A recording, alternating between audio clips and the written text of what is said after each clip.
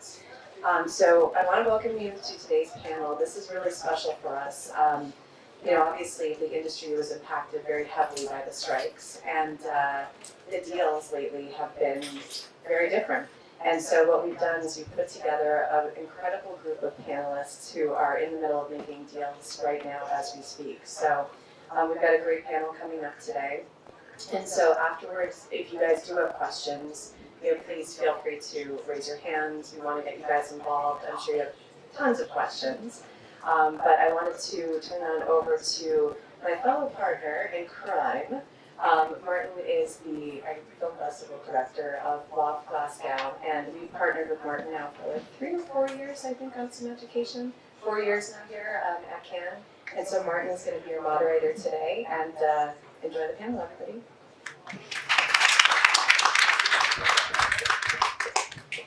Thank you, Amanda, for the great introduction, and hello everybody. Thanks for joining us today. Thanks to Film USA for hosting us. I will introduce you now to our panelists for today, who will be sharing their experiences with you. So I have Jack Sheehan up next to me, who's from Archstone Films, and then we have Adhrucia Apana from Curiosity Entertainment, and also Richard Botto, that you all know from Stage 32, CEO and director. So thank you very much for joining me today, guys. And let's make a little start by just telling us a few words each for your post-strike experiences, and whether you had any particular issues in the way that work is being done, in the way that you experienced potentially difficulties or changes in the way that deals are being secured, production is happening, distribution is secured. Tell us about your area of expertise and how you're experiencing things over the last couple months. Hello everyone, I'm Jack. So I work at a company called Archstone Entertainment, where I'm the president of sales and development, and I find movies that need distribution, representation, sales. I also produce films and acquire finished films, and sometimes films that have cast or some financing attached, get them to the finish line, acquire them, and distribute them domestically in the US. So I've been coming to Cannes for about 10 years now, and it's definitely been a wild ride the last 5 years. It's been, frankly, unpredictable every year since I started coming, because of before the pandemic and the strikes and everything was the streaming wars, and that changed the landscape of who was buying and how much they were paying and how the competition worked. So I joined my current company 5 years ago. So I came in 2019, and before I even got to go to Cannes, the pandemic put us all into Zoom markets, where I was used to meeting face-to-face, setting up 100 plus meetings per week, seeing distributors from around the world here and pitching projects and trying to close distribution deals, and then it became all on Zoom. So just staring at the screen for a week and a half straight was not as fun, but it forced us to be a little bit more creative with how we marketed our projects.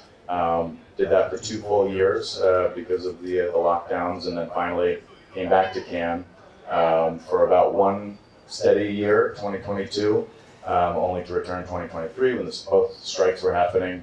WGA was already underway, SAG was about to kick off, and before that even happened, there was a lot of layoffs happening, which are continuing unfortunately today. 25% reduction across all of Hollywood, and expanding out into the gaming businesses as well. So entertainment has had a large contraction over the last year, even post-pandemic.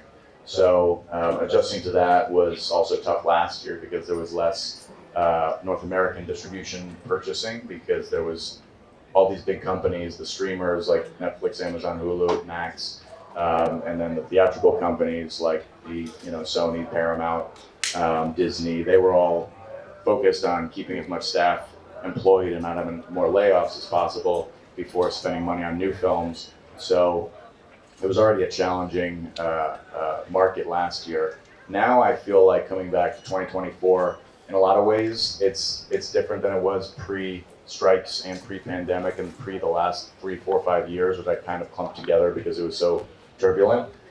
So in a way, it's more similar to 2019 prior this year. So I feel like and I'm hopeful that things are settling back into kind of a normal state a bit.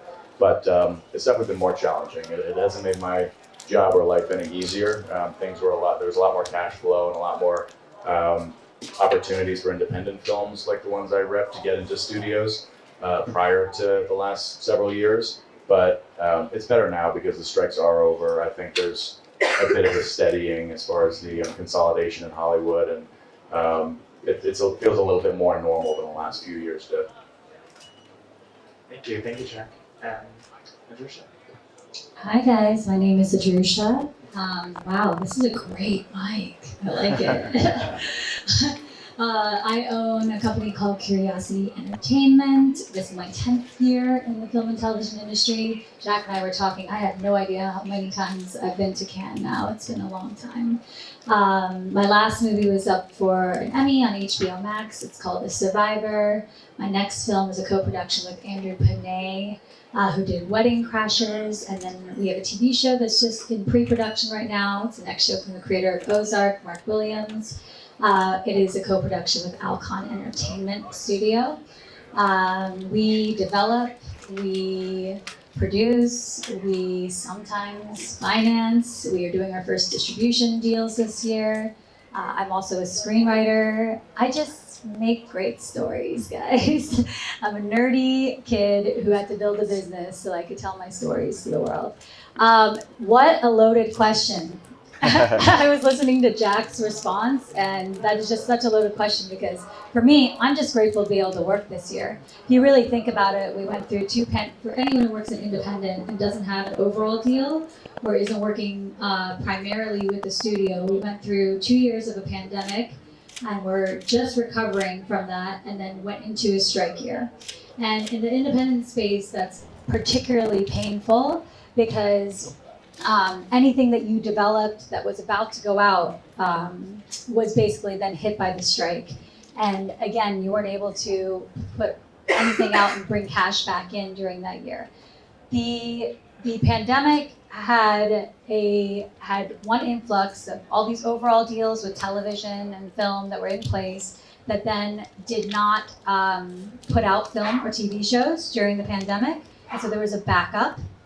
And then we saw all the studios and the streamers let go of a bunch of overall deals and try to reorganize, but they still owed a lot of people who they'd already paid content spaces, which means less spaces for people to buy independent content and less money from all the buyers that Jack deals with to buy independent content. Because if you're a buyer and you already have X amount of windows for like studio films and then X amount of windows for the things that you've already pre-bought, now what is the thing that's gonna go when you don't have as much money in the bank because the first films from 3 years ago still haven't gone? The independent space is the first to go. So we see this reduction in anything that was like sub 10, not star driven, and it was a problem before the strike. And then we go into a strike year. And you had all the independent producers out there with the writers, and we were all striking with them. But really, at the end of that cycle, the people who were most hurt were anybody in independent. Because if you did not have an overall deal, there was just no buying in the market. It went completely dead. TV went so soft. We had started an international co-production side to our television, and all 3 shows had homes prior to the strike. All 3 got dropped during the strike. I'm lucky that all 3 have been picked up again, but I am lucky. I am the exception to the rule. I have no idea how that happened. I can't tell you. There's no strategy there. I have no idea, because they are not buying any independent television right now just because they are still servicing all these overall deals. And on the film side, I think that we saw, and casting, we can talk a little bit about that on the casting side, et cetera. It's a trickle-down effect. So when the buyers aren't buying, then you have all the cast, and all the cast are like, okay, well, we're going to wait then. We're going to wait because we want our big studio movie to come in because that's going to be the bigger paycheck from the independents. So they're all holding their schedules. So now you can't cast for 3 months because every big actor is waiting to see if the studio movie that got paused is going to go back into production.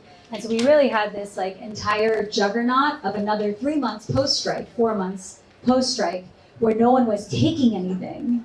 and no one was buying anything. And so I'm just excited to be working this year, you guys.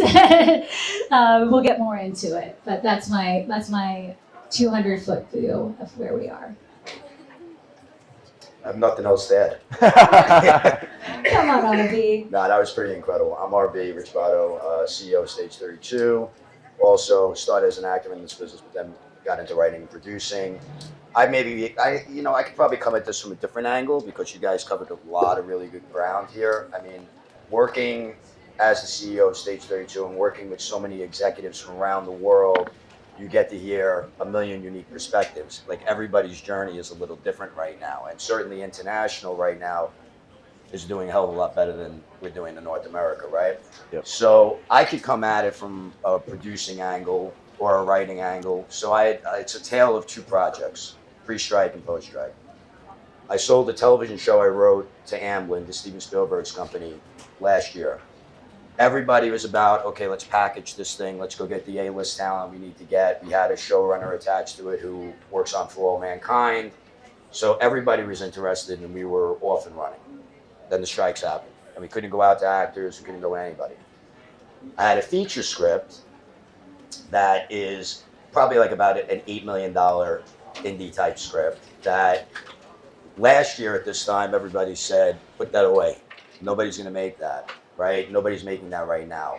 Like crime drama, heist, this, that, and the other, nobody wants it. The same guy that walked me into Amblin came back to me a week ago, or about 3 weeks ago, and said, pull that script out. And the Amblin project, we're slow walking it now because nobody's buying. As you said, nobody's buying. But what's also interesting on the television side is that pre-strike, it was all about the package and all about having to have the A-list talent. Like, for example, Apple you couldn't walk into Apple if you didn't have a couple of A-list names attached. They wouldn't even take the meeting.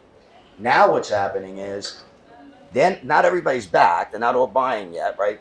Totally true. TV is pretty dead right now. But what people are starting to see is you get a show like Shogun, that's a big hit. Baby Reindeer, it's a little bit of a different level, but 8 episode, no stars, right? And what people are starting to realize again is we don't have to pay for this top talent to get shows done and have people see it. We need great stories. And really, if we think about prestige TV, mostly, you think about like The Sopranos, you think about The Wire, you think about Breaking Bad, Mad Men. That's where stars got made.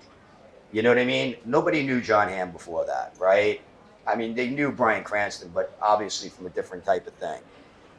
That Gandolfini, was a character actor. But, so now they're going back to that. So suddenly, Apple has kind of said, well, wait a second. We're going to slow down for a second and let's reevaluate this market. And I think right now everybody's just afraid to be the first one in the pool. So you're seeing a lot of things, like Adhrucia said, there's all these things that were in the pipeline, and then you have a lot of IP that's because it's easy, it's simple stuff that they can just dive into their IP well, to make quickly.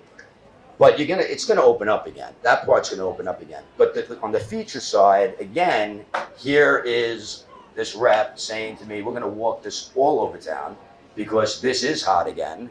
This is what's ramping up again. And that's it. It's just cyclical, right? It's such a cyclical business and you never know.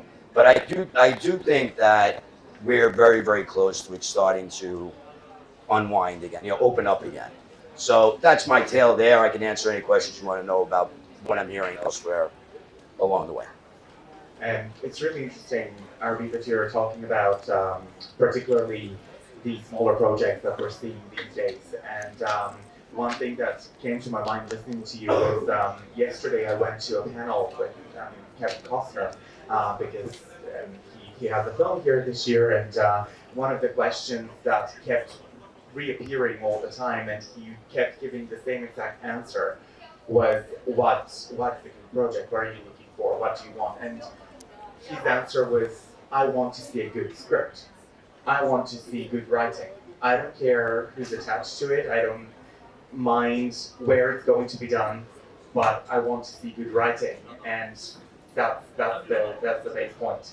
So do you guys agree from your point of view in the project that potentially you got involved with in the last couple of months after the strikes, that this is sort of what people are looking for, this is the stories that we want to tell, and we are not necessarily looking for, you know, the A-list stars, but we're looking for great stories, we're looking for the different, for the new, for something that people can connect with more? I think it's a mixture. I think if Kevin Costner is looking for a great script that he'll attach himself to, then he's automatically a giant star, then that's going to have a chance, right?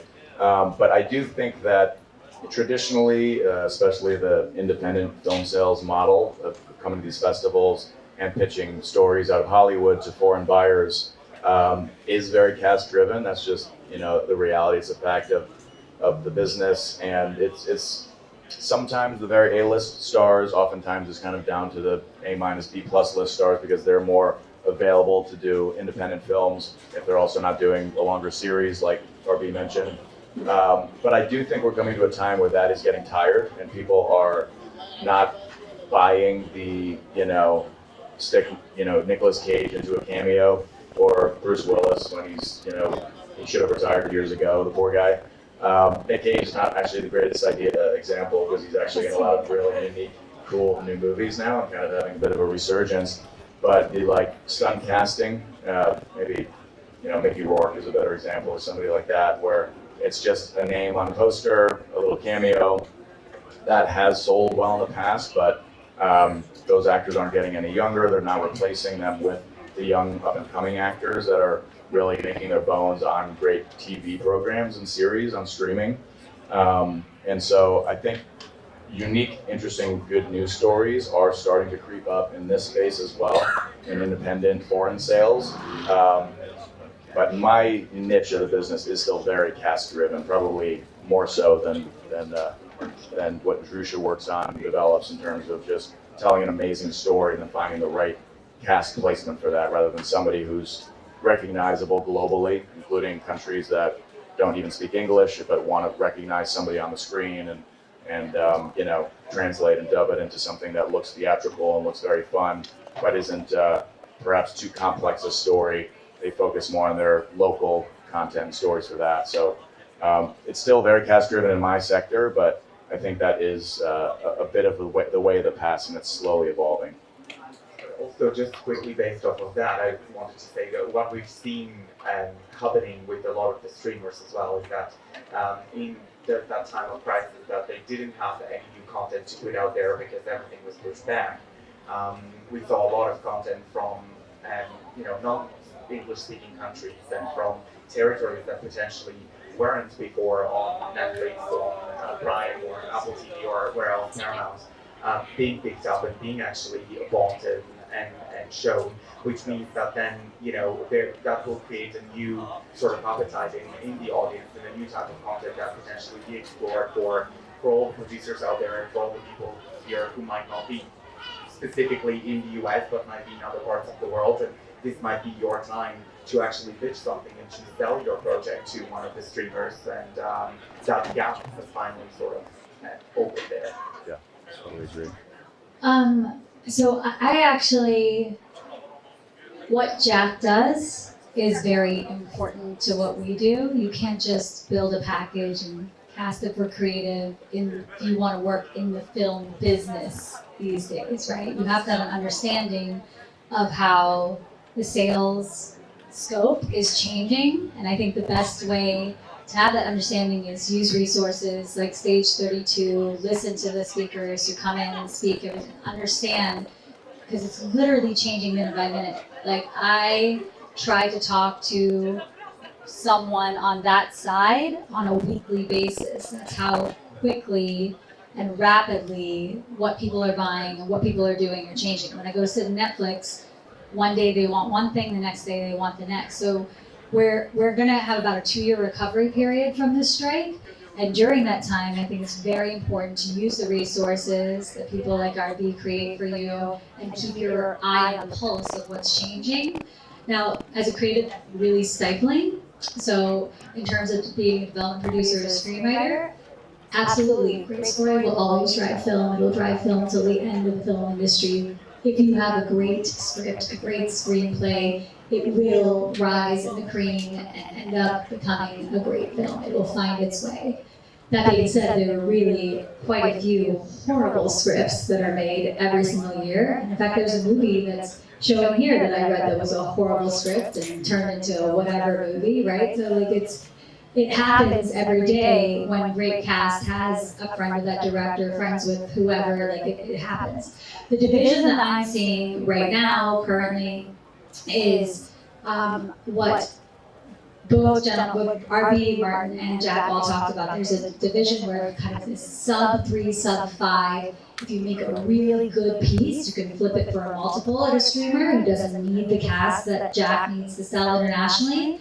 And on the other side, you have to be very shiny to shine through, meaning the biggest stars, the biggest, like, we're talking about over $10 million budget with big stars to really place and do well in the international marketplace.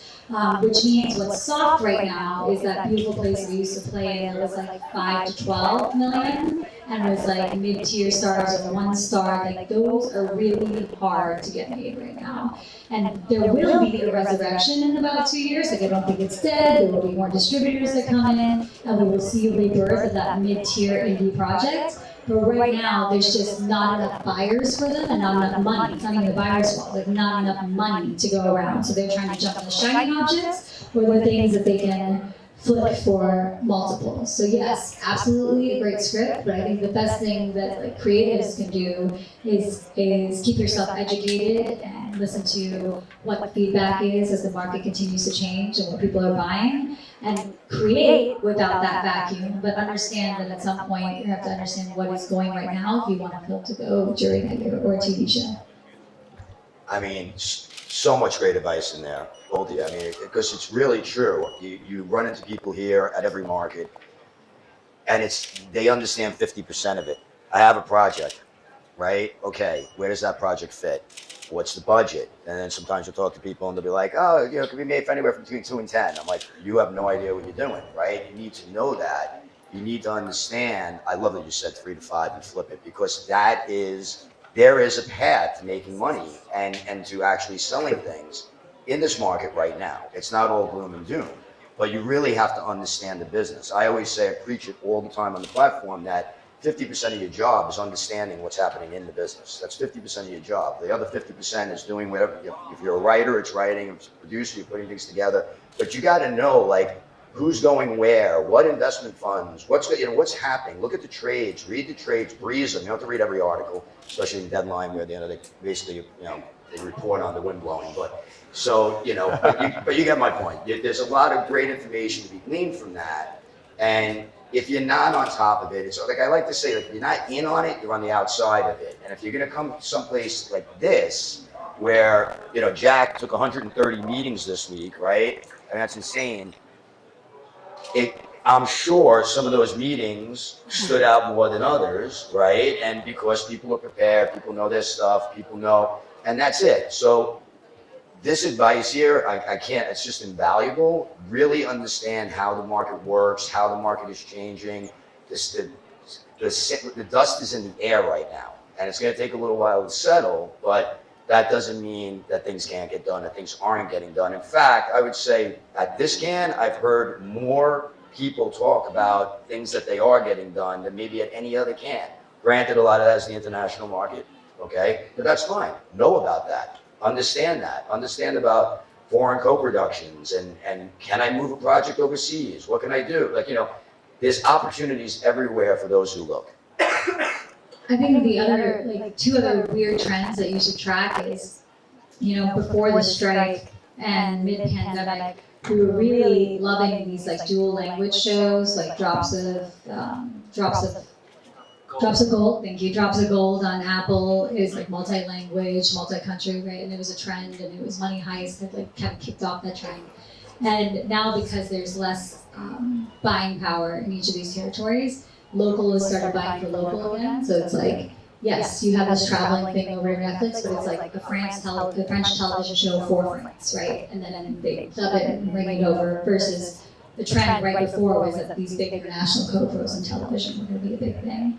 And then the other thing I would say is be flexible in your model. Like we changed our model in the last year to meet the market. So we'll exit 30% of our development to streamers or studios and let them finish the production. We'll do 30% independent money that are right for a Jack to sell, and then we'll do another 30% of our things we will actually exit to other production companies this year because they have overall deals. And I'd rather make a film or a TV show than be too proud to not make it because it's outside of what my original plan was. And looking back into the conversation about what you guys were saying about the outcomes of the strikes and essentially what we're left with after this deal was made, do you think that essentially those who already had a good career path and were, or the A-listers we're talking about, or all those people who, yes, supported the strikes, but they were already in a very concrete and good position, ended up, being on the better side of things, as opposed to those who, fought for it, but still ended up, on the kind of shady corner. Yeah, I think you touched on something very, very key, which is I think strikes in their nature, in what they're meant to be, are important, exceptional things that can really help the artists that are part of that guild end up in a better spot. The flip side of that, and I think they did end up in a better spot with their deals with the studios after the WGA and SAG strikes, but the flip side is that when it was stretched out for so long, especially with a dual strike, which basically means nothing's getting made when you can't write or hire cast, the collateral damage, which Adhrucia touched on before, is everybody in the independent space and the expensive overall deals at the studios. So those who are already in the top 1%, like you mentioned, that already have a ton of huge credits on their name, maybe have an overall deal with the studio, maybe have their own production company, they usually end up okay because they can wait out that storm of 6+ months of limited income. It's the independent producers, distributors, also the writers. I mean, it's hard to make a living as a writer and an actor in LA. So if you don't have a good separate paying job, it's hard to survive that in a city as expensive as LA or New York for 6+ months. So though a deal for a writer will be more leaning in their favor after the strike is done, I think there was a lot of collateral damage of people having to just leave Hollywood and leave the industry altogether, take separate jobs. Maybe they're able to come back now that there's more of a business deal flow happening. But overall, it was a very constraining period, and that definitely hit the independents more so. I will say, however, the studios, with all the massive layoffs you end up seeing in the press and the trades, which I hope we're on the tail end of or finished altogether, I haven't seen coming to these markets for the last decade and dealing mostly with independent companies that much downsizing in the independent space. They did get squeezed, and it was a lot harder because you weren't able to sell to the big streamers and distributors at the studio level because they were focused on getting through this negotiation with the strikes and ending up with a deal where they didn't have to lay off too many people of their own employees. But it definitely was a long haul to get through it. To Jack's point, I listened to everything Jack just said and everything, all the questions that you're asking. I just hear opportunity. But I'm a glass half full type person, right? Like you can hear you can't do this, you can't do that, no one's buying, no one's doing this, or you can hear what I heard Jack say is that there's a whole bunch of people with overall deals. Well, what's the caveat to an overall deal? They have to be, every year if you have an overall deal, you still have to make something that Paramount wants to distribute. And Paramount's only distributing X, Y, and Z. So if you have an overall deal and you develop 5 things and then they're like, we only want to franchise about cartoon rats this year, I'm so sorry. None of the things fit. You still have to facilitate that overall deal to keep your money.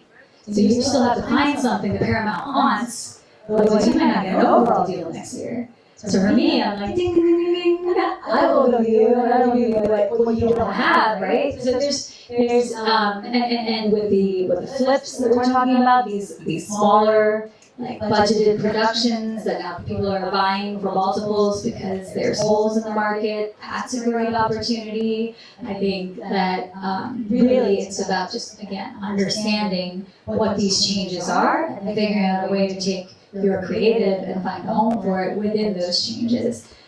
Because every time there's a shakeup like this, like there is new opportunity, and so we have to sometimes also look at it as creatives. Like we got something we were all fighting for, and now there's new opportunities. What are those new opportunities? Let's make sure that we're servicing them.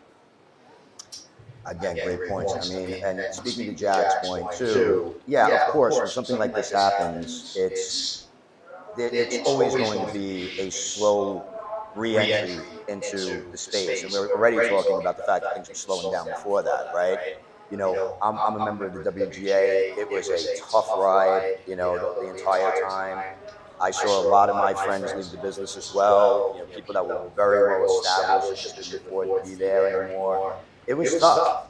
The gains that were made are good gains, and they do set it up kind of nicely for 3 years, because you know there were gains on AI and everybody's fearful with that, but at least there were gains that will be at least a sort of starting point for the next negotiations, right? And then we get to figure out what happens over the next 2.5 years with AI. Is it gonna, how threatening is it going to be, right? How accepted is it going to be? But there is a reality to being in the Writers Guild, and being a writer right now in America, and that is there's short the gains that were made, and as Jack rightly said, you have the people at the top, and those people are going to get the work, right? They're going to get the first dibs. On the TV side, for example, are you going to have a writers' room that has enough people in it? Can you get enough junior writers in there? Right? And that was put into the new contract, that if it's over a certain amount of episodes, there has to be a certain amount of writers in the room, and a certain amount of those people need to be junior writers, people on the lower level coming up. And they need to be supported, and if they write an episode, they need to get credit, which wasn't, people would come in and just steal their credit. So all those things are positive. The negative is, a lot of these streamers are making 6 episodes, 6 episodes for a year, season, or 8 episodes. So the rooms aren't that big. Also, even for the people in the top 1%, that's still only 8 weeks. It's not 8 weeks getting paid. I mean, obviously, it might be 20 weeks. Then you're fighting to find another show to be on or another job, and you get hired again because you see the space between these seasons now. You might not get another season of that show for 2 years, right? So what are you doing during that time? So everybody's like, oh my God, like you made $20,000 on that show, right? Taxes, your agent, your this, your that, and then you're not working again for a year and a half. So that's the reality too. That's where, like I said earlier, the dust is in the air. Let's see what the re-entry into TV is. When the buying starts really happening again, let's see if we start getting some longer orders and get back to that 10, 12 episode kind of deal that we were dealing with during the prestige TV era. We'll see. I think we are going to get back there, because I think it ends up actually being cheaper for them to do one show for 12 episodes than 3 at 6, 2 at 6. I'm not doing the math that way, but I'm saying investing in 3 shorter series and figuring it out, and then all you need to keep it, or you can have a season 2. So I actually think that's going to get there, and then when that gets there, then I think a lot of the writers that struggle during the strike are going to find work. It's going to happen. So it's just that the road is narrow right now, but it's going to open.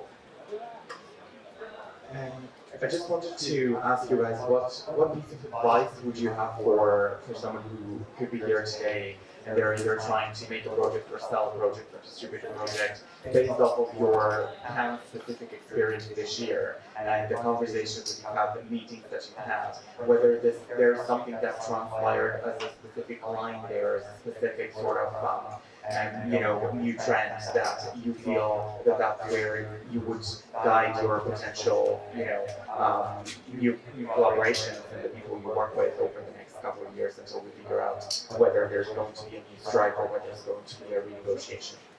I think what Archie said earlier about just being informed and staying tuned into great resources like Stage 32, or just reading the trades every day. Here they hand them out on the streets. Like, it's not to at least have access to being able to take the time to check out who's buying what films are getting made, who's doing development deals, what great stories are really hitting the audience and the critics and building awareness and a fan base. So information, meeting people, you guys are already doing most of the right work, which is just being here, right? Spending time and money, taking them out if you can. You sit at talks like this, try to learn, try to meet people, shake hands, and get business cards and reconnect afterwards, talk a little bit more specifically about projects we're working on. And you may learn a little bit here, a little bit there from different conversations. You may learn a lot from one conversation in terms of, okay, if I want to have this film get made, or if I envision it being a Netflix original and wanting to get onto a streamer versus trying to go to the independent space and do a festival run, or make something that I can just self-distribute online, which is something that becomes more and more available to the average filmmaker, which is a great thing. I think it helps everyone get access, not having to go through this regimented traditional system of roadblocks and red tape and only knowing people to get access. So I think all those things are different routes you can take for your film. The more people you talk to a place like this and listen to conversations, and you may get conflicting interests and advice too. But you go with your gut, there's a little bit of like knowing what the industry wants, but also sticking true to your story if you're a filmmaker or writer, knowing that if this is something that you and your friends want to see, then there's probably a large audience out there too. It's probably not just you guys.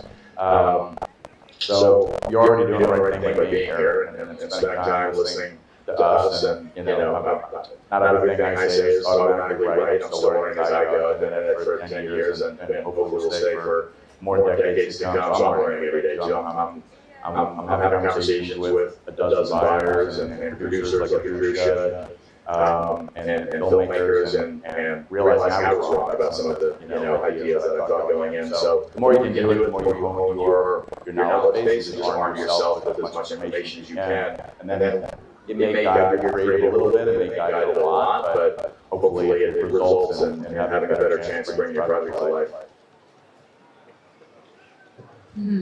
I think that what has been most interesting about this market is, although on the buying side and the distribution side we have less buying power of money going around, I think a lot of financiers, independent financiers outside of the film industry see the pandemic and the strike and the exiting of so many large companies and small companies and medium companies and financiers from the industry because they couldn't survive it as an opportunity for them to come in and be new money and invest.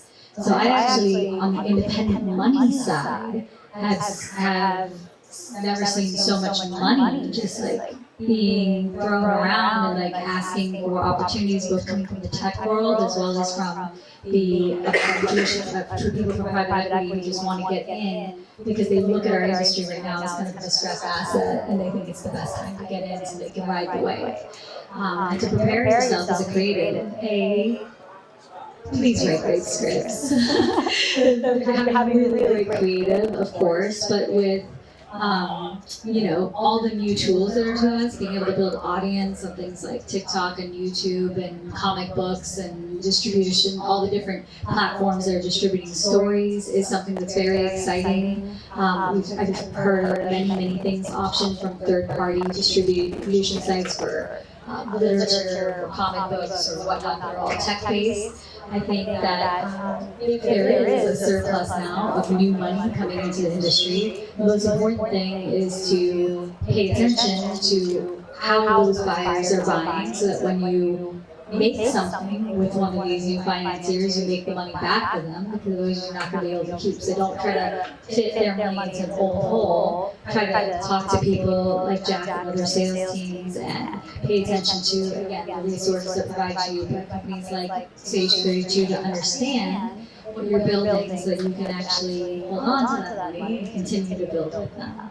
I think that the last thing is just that it's alive finally again. It's the last markets for the last couple of years have been borderline depressing. It's nice to be in a market where like it's alive, people are actually doing things, and people are actually buying things, and people are actually feeling good, and they're out, and they're smiling. So hallelujah to that. I agree. I think the vibe this year has been one of the best, and that's saying something considering the fact that we're saying it's opening up again. But everybody has been completely optimistic at this one, and that's been great.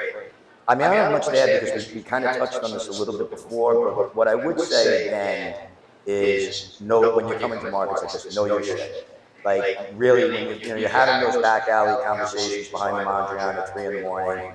and you're talking about your film, you never know who you're talking to, and like I said earlier, you can't come in and say, well, we can go to 2, we can go to 10, we can go to 15, and you gotta know, right? And you gotta know what the model is to get you. At the end of the day, it's a business. At the end of the day, everybody's here. I hate to say it's a commodity, it's a commodity, but it is. And at the end of the day, it's will this make money? Like, will this have an audience? Will this, will people want to see this? And then what is the path to profitability to go do that?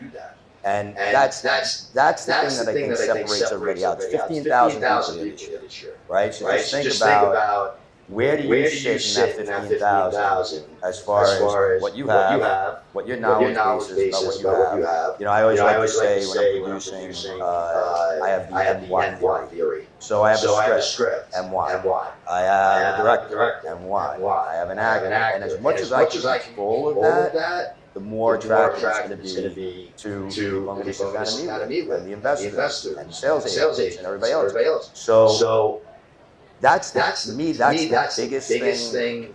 The biggest lesson I think is that if you know your stuff and you put yourself in a position to win, you're going to end up having those conversations that might not be pot of gold right now, but it builds relationships and it builds a confidence that you know what you're talking about. And now I want to know about the next thing. And what else you got going on? What else you do? And then when I see you next year, it's like, how'd that go? What else with this year? So that's how really embrace the marathon, not a sprint. So embrace the marathon. You know what I mean? Embrace it. Move forward every day. On this note, I want to see if any of the audience members have any questions or any comments. Okay, we have some there. I will come the microphone here too. So, what are your viewpoints in the industry, I guess in general, on developing projects in collaboration with emerging technology, whether it's like immersive, whether it's gaming, and releasing on platforms, the new platforms like Vision Pro, or the Samsung that's coming out, or like there's like 2 or 3 in China? I'm all for it. I think, film traditionalists, like maybe the people throwing the film festival here, may take extra time to accept that as, the same type of content. But I kind of look at it all as entertainment. It's like if it's something that brings people joy and stories, and it may be more interactive, maybe more passive. But I think that if it's a great story and a great, characters that you can enjoy playing, if it's a video game, or watching if it is a movie or a TV show or a short form digital content, or maybe it's super short form TikTok or UGC on social media, or if it is a Vision Pro and something truly interactive, we feel like you're in I think that's where it's all heading, and it's a bit of a mishmash and kind of messy now, but I think more studios and production companies that have the longer term vision and the capital and the bandwidth and to bring on people that are able to bring technology along with the creative will really be the winners of the day long term, and allow for just a more expansive ability with less regimented definitions of what format does this need to be. If it's a great story, maybe it can exist in 15, 20 different formats. Maybe it can be a live experience, or a toy or piece of merchandise that feeds into a board game that you can also tap into a video game and make a film and TV show out of it. So I'm all for it. I think you can't stop progress, whether you want to or not, and we should embrace it, and we should try to ride the wave as much as possible by bringing great human stories that pull at the heartstrings and make people feel more alive and more inspired. And also, inspired by the technology, the interactivity of it, the ability to put on a headset and have a conversation with somebody on the other side of the globe and play a video game together. That's, a world that we're entering now. So I think it's really exciting, and I personally want to expand beyond just the realm of independent film into doing more of that and hopefully elevating the film stories because of it too. In terms of what tech has offered in different distribution vehicles and different ways to get stories out there, and different ways to build audience, and as it will continue to build more distribution outlets that are blockchain backed or that are just tech innovators or connected to gaming units, et cetera, that allow you to stream film and television. I think that is eminent. It's going to happen because you don't no longer we have to with that have a mindset shift in the industry that will happen very gradually because that's what happens in our industry. But if I could wave a magic wand, you have to think. We all grew up with this idea making it as a creator, making as a film and television creator, whatever it was, winning an Emmy or winning an Oscar or winning a Grammy or whatever these things are, right? And now, really, if you want to make a living as a creator, if you could find that 100,000 people, 1,000 people, 2,000 people who will buy your show, you can make a living as a creator. So I think we need to reevaluate what success is as a creator or film and TV creators. And the second response to your question is in terms of, I spent a lot of time with a lot of emerging tech platforms, advising over them, taking a look at them, being flown out to talk about IPOing, looking at different tech platforms, development platforms, whatever it is, that are blockchain enabled, that are tokenized, etc. Because I love it. I love the idea of I love how things are changing and building and the new opportunities. The biggest disappointment continues to be, and it's fixable, that we have a lot of tech companies that come in and they see the opportunities from the outside world and then they start building. And sometimes they bring in advisors and they don't truly understand the politics of the distribution system and the way the money flows in the distribution system and the politics of Hollywood as creators. And so they're creating a solution without really understanding the intricacies of the problem.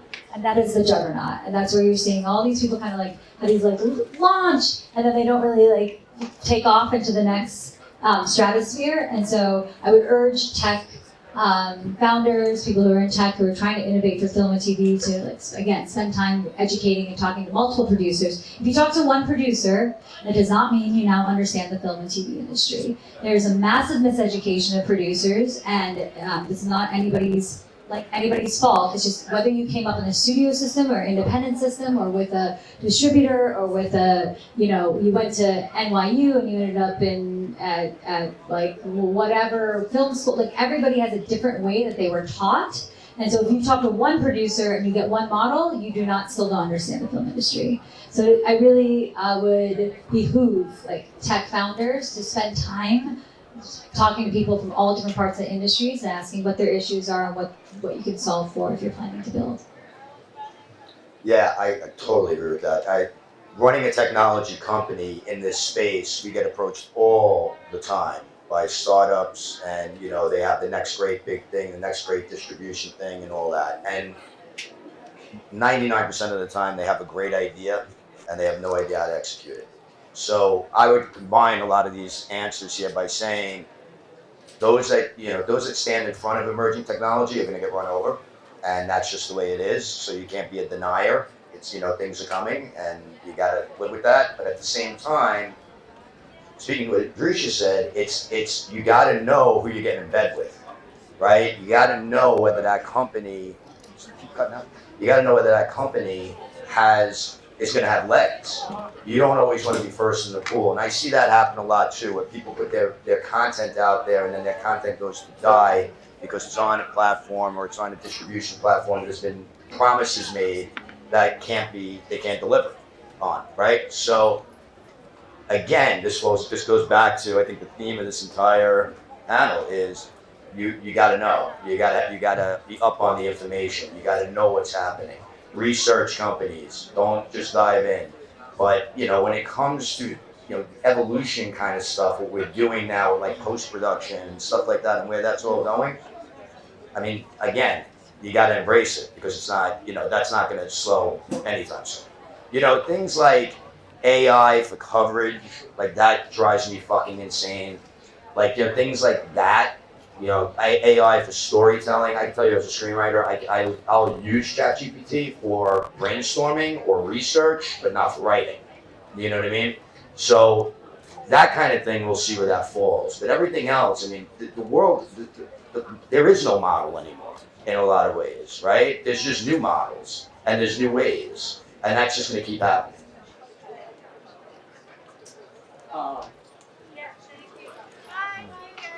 Good afternoon. Can you hear me? Yeah. Yeah. My name is Adhrucia Apana. I'm from New York City. I transitioned from a lawyer to an accidental actor and an accidental producer. I'm trying to comprehend. One time the Nigerian people told me, Rao, you're working too hard. If you want to work too hard, go to Wall Street. If you want to have fun, come to us. Now you are telling me to work hard on the finance side. I'm an artist. You're trying to send me back to finance. I'm not a finance geek. So given this dilemma, maybe I'm a dumb Indian. Who knows why? But I'm trying to comprehend where do I make this balance. I had fun. So I would like you to enlighten me and see if you can find a solution to the way I'm going. Depends what you define as having fun. I mean, you're here at Cannes, so there's a lot of fun to be had. I'm sure you've been invited to some parties and there's amazing screenings to happen.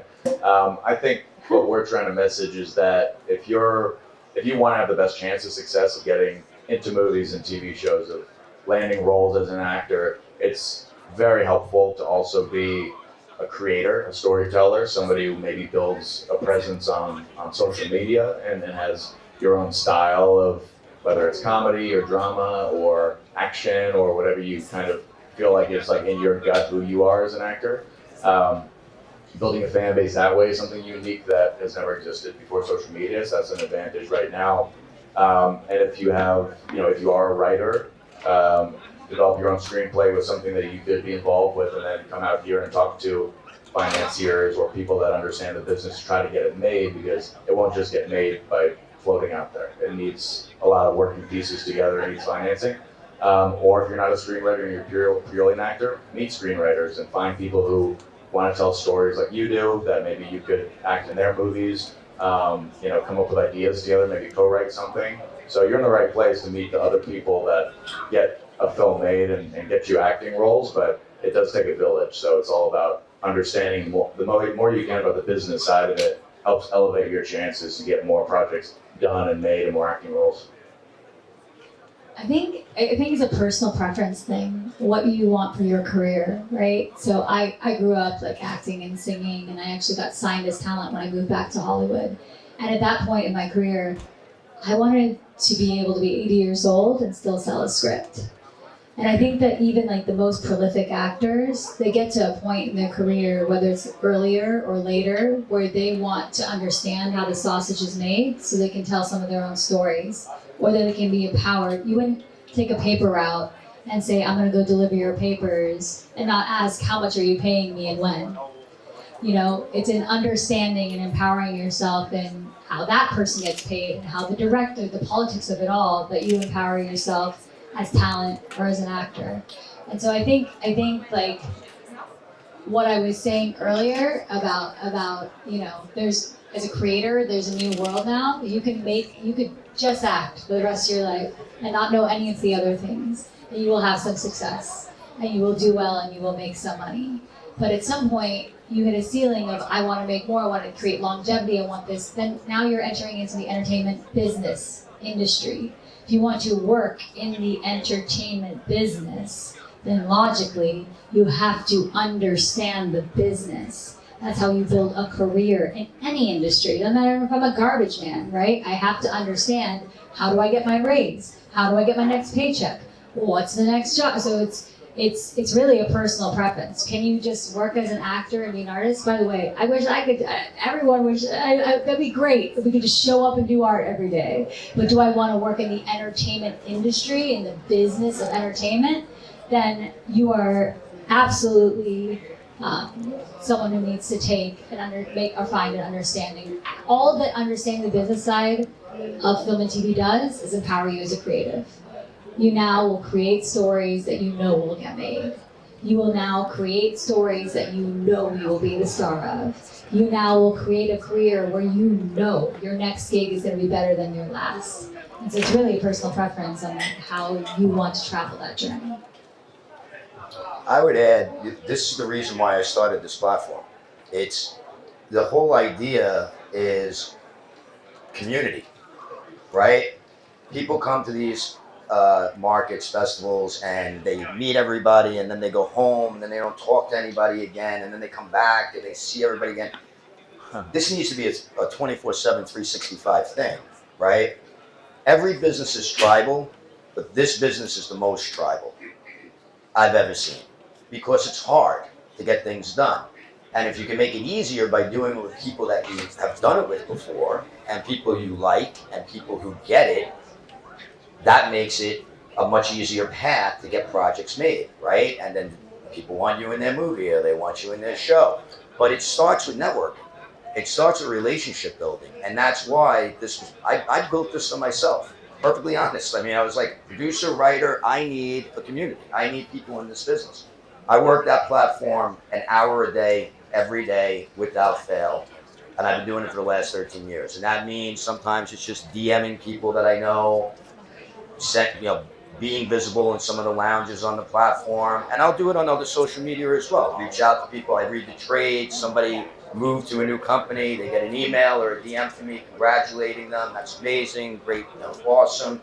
That's how you build relationships. That's how you get to understand the business too, because now you're around a group of like-minded people, but it might be producers, it might be directors, right? So you're getting to learn it without having to immerse yourself in it. And when we talk about learning the business, it's learning how to guide, it's learning how to navigate, right? That becomes easier when you have a community of like-minded people that are doing what you want to do, and that can complement what you're looking to do. So I would just say, make sure you're putting in time on relationship building. Come from a place of selflessness. Recognize that everybody you're talking to either has a job to do or is trying to accomplish something. So how can I help you? Come in from that angle. What can I do for you? What are you working on? What's going on, right? I guarantee you do that every day, and you'll come back here a year from now, and your entire perspective will not only be different, but there'll be dozens and dozens of people, if not hundreds, that know you. And that makes it that much more special. It makes it seem much more possible, right? It takes away the negativity that you might have sometimes when you come into a business like this. The pessimism goes away, and all of a sudden you realize, you're like, wow, I got all this support around me, and that's powerful. But that's in your control, right? I have a lot of people that always come up to me at these things and they're like, I'm on stage 32, but I don't really use it all that much. And I'm like, I don't give a shit. It doesn't hurt me, it hurts you, right? Like, it's almost like, what are you confessing to me for? Go do it. And it's true, because I get to see it every day. I get to see who's successful on the platform. And the people that are the most successful on the platform are the people that are using it. And they're using it in a meaningful way. So that's my advice to you. I will say on that, Stage 32 is probably the closest thing to a year-round festival. When you come to a market or a festival like this, it's a whirlwind of networking and having conversations and learning as you go. But that's, depending on how many festivals you go, maybe 3, 4, 5 weeks a year is what you're getting. If you do a week at all the major festivals, which also takes a lot of time and money and travel. To be going on Stage 32, even if it is an hour or a minute per day, you're basically hitting a festival all year round. So just multiply those 4 weeks times 12 months, and you're now getting that much more information and education and refining and honing your skills. And to Richard's point, I think one of the most beautiful things about a platform like that is the re-encouragement and the camaraderie, and knowing that it's not easy for anybody, but you're also not alone if you choose not to be. You can all support each other and connect and build projects from the ground up if you feel like it's too challenging to reach up and get into a more established company, because that will help you get closer to it. And if you've taken nothing away from this panel, being in constant contact or constantly at a festival, as Jack put it, is probably one of the most important things you could do for your career. Think about just like the life cycle of a film or whatnot. You come here, you meet someone, they've met, what, a couple hundred people this week, and then they got a couple hundred follow-ups this week? What if you had met them previous, and now you're just re-meeting them? Now you're top of mind of them, you're not presenting something, you're not one of the 200 people who just presented them something for the first time. You're the person who's been talking to them all year long because you met them on the platform and you've been communicating with them, and they get to be excited to see you and you get to continue the conversation about your project. Our strategy is completely to keep in touch with people all year and come to festivals just for FaceTime. Not to like be pitching at a festival, because then I'm one of 300 people who are pitching at a festival, right? So cannot like say how important what RB and Jack just shared is and how important the community is. Yeah, and I'll just say, you can do it from anywhere. That's the other part of it, right? You know, like people will say to me, I don't have the time, and they'll be holding like a Starbucks, and I'll be like, how long did you wait in line for that Starbucks? And they're like 10 minutes. I'm like, you could have been on the app. Right. Like, I mean, it really, honestly, it's a cumulative thing, right? You put in the time, you put in the effort, and you get that response. And that's the other thing I would say too, is it's once you start doing that and you start getting a reaction to it, it's addictive. It really is, because now you feel like I said, you're around people that are doing what you're doing, and the support is there 24/7, especially for people that don't live in like LA or New York or in London. It becomes that much more important that you don't feel alone. So, all in your control.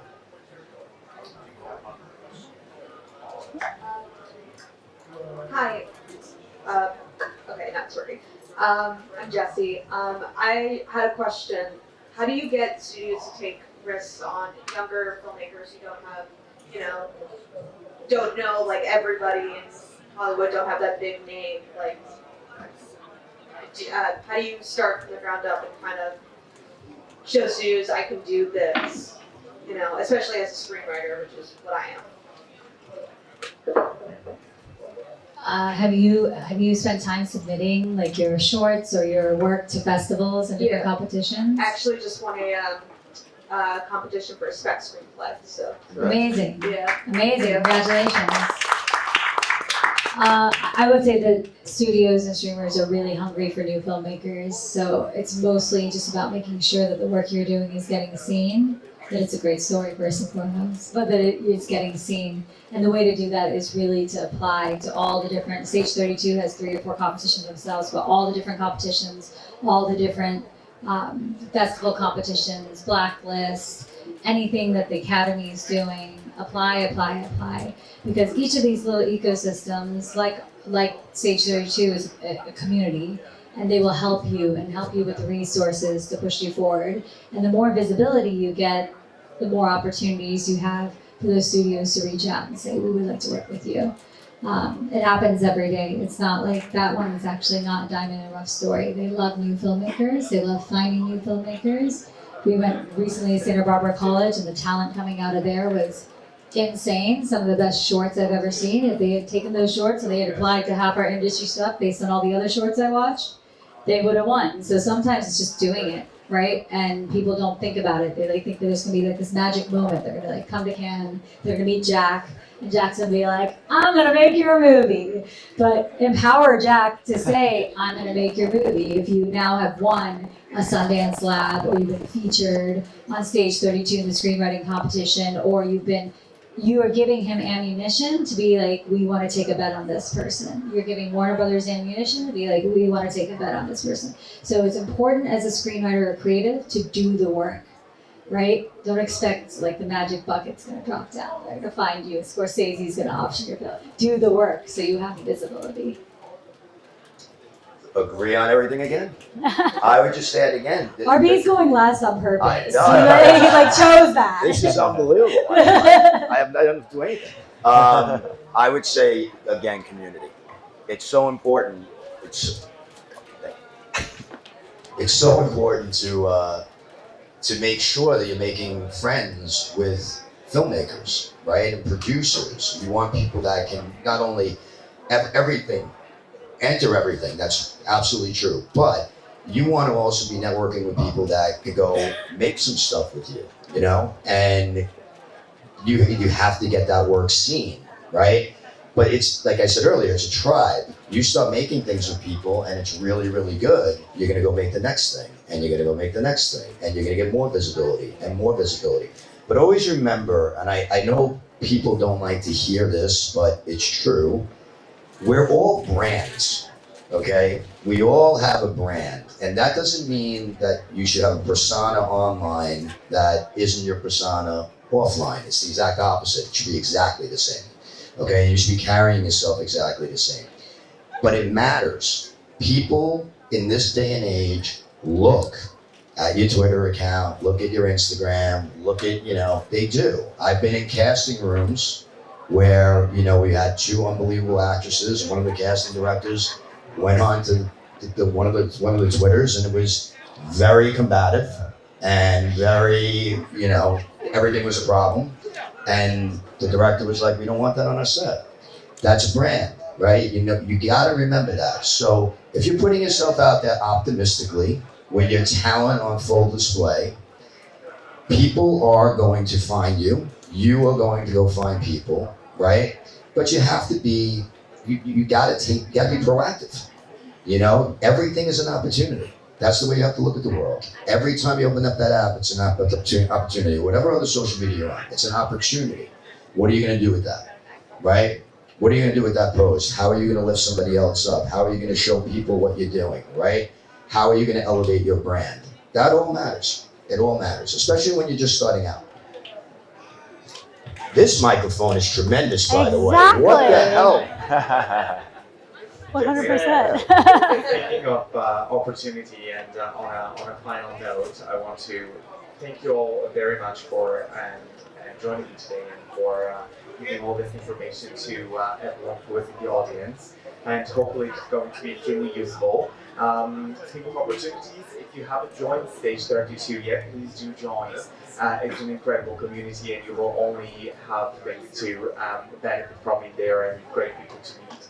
And also, please talk to the guys after the panel if you have any more conversations, any more questions, and you know, you never know where these conversations are going to lead you. And also, if you have any films ready, please send them to us. We're all film in Glasgow.